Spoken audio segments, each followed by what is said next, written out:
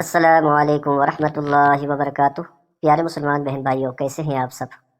آئیں پیارے آقا علیہ الصلوۃ والسلام کی حدیث مبارکہ سماعت فرمائیں۔ جزاک اللہ۔ بسم اللہ الرحمن الرحیم۔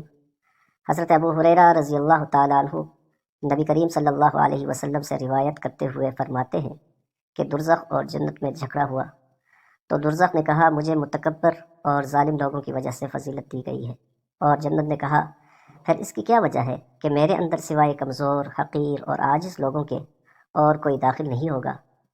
تو اللہ تعالیٰ نے جنت سے فرمایا، تو میری رحمت ہے، میں تیرے ذریعے اپنے بندوں میں سے جس پر چاہوں گا رحمت کروں گا۔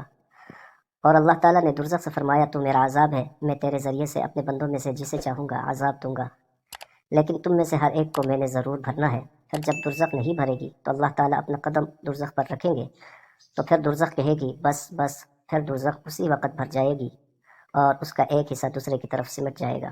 حضرت انس بن مالک رضی اللہ تعالیٰ عنہ نبی کریم صلی اللہ علیہ وسلم سے روایت کرتے ہیں کہ آپ نے فرمایا، دوزخ میں لگاتار لوگوں کو ڈالا جائے گا اور وہ کہتی رہے گی، کیا کچھ اور بھی ہے، یہاں تک کہ اللہ تعالیٰ اس میں اپنا قدم رکھے گا تو دوزخ کا ایک حصہ سمیٹ کر دوسرے حصے میں مل جائے گا، اور دوزخ کہے گی، تیری عزت اور تیرے کرم کی قسم، بس بس، اور جنت میں برابر حصہ بچا ہوا ہوگا، یہاں تک کہ اس کے لیے اللہ ایک نئی مخلوق پیدا فرمائے گا اور اسے جنت کے بچے ہوئے باقی حصے میں ڈال دے گا۔